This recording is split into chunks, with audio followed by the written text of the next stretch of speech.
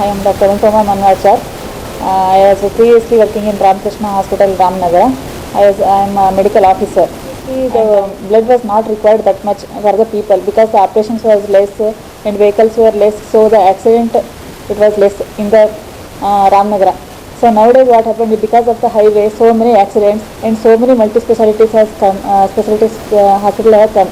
So the daily in every hospital minimum 10 to 12 surgeries are going on. All those people needs a minimum 5 to 6. Every hospital need a minimum 5 to 6 grams of blood, and that is very important for the dengue people.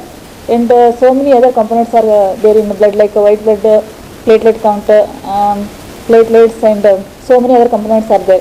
And nowadays, previously the whole blood used to went to the patient. Now they will make it as a component, like that red blood for the people who are anemic, and who the patient who has lost the blood in accident, they need whole blood for the volume control. And people who need bleeding control, for them we need platelets. So we will get whatever we want, not the whole blood.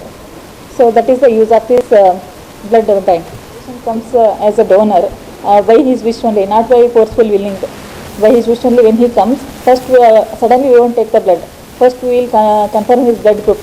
What is the blood group, A, B, O, or O positive, O negative, like that. And then we will check his hemoglobin level. If it is less than 12, we won't take his blood because he only needs. And in female patient, because they will bleed every month, we will make it a priority that only if this is more than 12 hemoglobin percentage, then only we will take. And just to in a person 18 to 65 years of age, not less than 18 years and not more than 65 years. And they are in a very healthy, good position, like no diabetes, asthma, no cancer, no other comorbidity should not be there with the patient. And any blood transfusion disease like HIV, hepatitis, and those should not be there. And before taking the blood, we will check all these blood tests we will take. If it is negative only, then we will take it as a donor and we will take the blood. Now, we can reach till Magadi, Kanakpura, Bidadi, and Maddur. This is a high-tech blood bank. We can give all the blood components 24 hours with a cost of 50 rupees to reach every person who is in need, who should not be go to the Bangalore or higher center. We should not lose any life. Every life is very important. With that concept, we have started this one, and it's very good blood bank. And I request all the citizens of Karnataka to use this blood bank. And ಹಲವಾರು ಜನ ಇವಾಗ ಯುವಜನತೆ ಯಾರು ರಕ್ತ ಕೊಡದೇ ಎಷ್ಟೋ ಜನ ಪ್ರಾಣಹಾನಿ ಆಗ್ತಾಯಿದೆ. ನಾವು ಇವಾಗ ನಮ್ಮ ಸ್ನೇಹಿತರು ಒಂದು 7 ಜನ ಒಂದೇ ಸಲ ಆಕ್ಸಿಡೆಂಟ್ ಆಗ್ತಿರೋದ್ರಿಂದ ಜನವರಿ ತಿಂಗಳಲ್ಲಿ ನಾವು ಪ್ರತಿ ವರ್ಷ ರಕ್ತದಾನ ಶಿಬಿರ ಏರ್ಸ್ಕೊಡ್ಸ್ಕೊ ಬರ್ತಾಯಿದ್ದೀವಿ. ಸೊ ಆ ಪ್ರೇರಣೆ ಇದೆ, ಎಲ್ಲೋ ಒಬ್ಬರಿಗೆ ಈಗ ರಕ್ತದಾನ ಮಾಡೋದ್ರಿಂದ ಇನ್ನೊಬ್ಬರು ಜೀವ ಉಳಿತದಲ್ಲ ಅನ್ನೋ ಒಂದು ಸದುದ್ದೇಶದಿಂದ ಇವಾಗ ನಾನು ವಾಲಂಟ್ರಿಯಾಗೆ ರಕ್ತ ಕೊಡೋಕೆ ಬಂದಿದ್ದೀನಿ.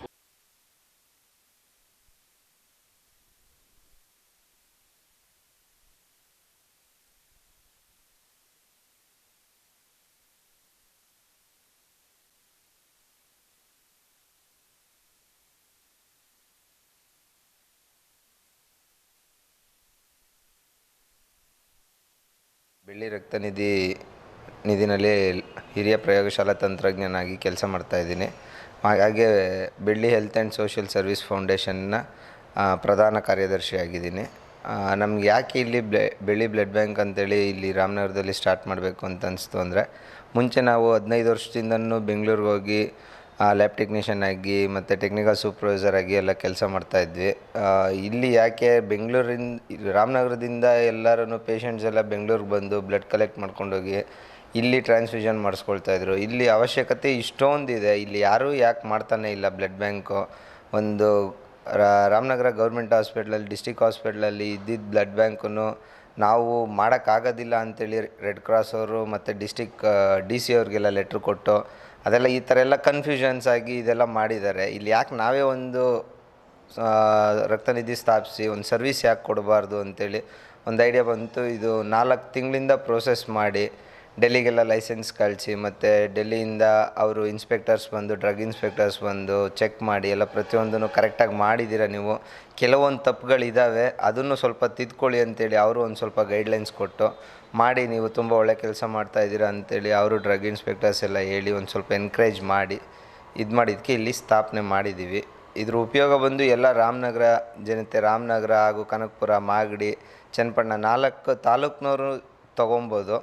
ಯಾಕೆಂದರೆ ಇಲ್ಲಿ ಮಾಡಿದ್ದೀವಿ, ನಾವು ಒಬ್ಬರೇ ಇರೋದು, ನಮ್ಮದೊಂದೇ ಬ್ಲಡ್ ಬ್ಯಾಂಕ್ ಇರೋದು. ದುಡ್ಡು ಮಾಡಬೇಕು ಅಂತ ಅಂದರೆ ಒಂದು 2,000 ರೂಪಾಯಿ 3,000 ರೂಪಾಯಿ ಒಂದು ಬಾಟ್ಲಿಗೆ ಚಾರ್ಜ್ ಮಾಡ್ಬೋದು, ದುಡ್ಡು ಮಾಡ್ಬೋದು. ಬಟ್ ಆ ಥರ ಮಾಡೋದು ಬೇಡ, ಒಂದು ಸರ್ವಿಸ್ ಮನೋಭಾವನೆ ಇಟ್ಕೊಂಡು ಮಾಡೋಕ್ಕೆ ಅಂತ ಬಂದಿದ್ದೀವಿ. ಆ್ಯಸ್ ಪರ್ ನೀವು ಬೆಂಗಳೂರಲ್ಲೆಲ್ಲ ಏನು ಪ್ರೈಸ್ ಏನು ಚಾರ್ಜ್ ಮಾಡ್ತಾಯಿದ್ದಾರೆ ಅದೇ ಪ್ರೈಸ್ಗೆ ಇಲ್ಲಿ ಕೊಡ್ತಾಯಿದ್ದೀವಿ. ಎಲ್ಲ ಅದರ ಉಪಯೋಗ ತೊಗೋಬೇಕು.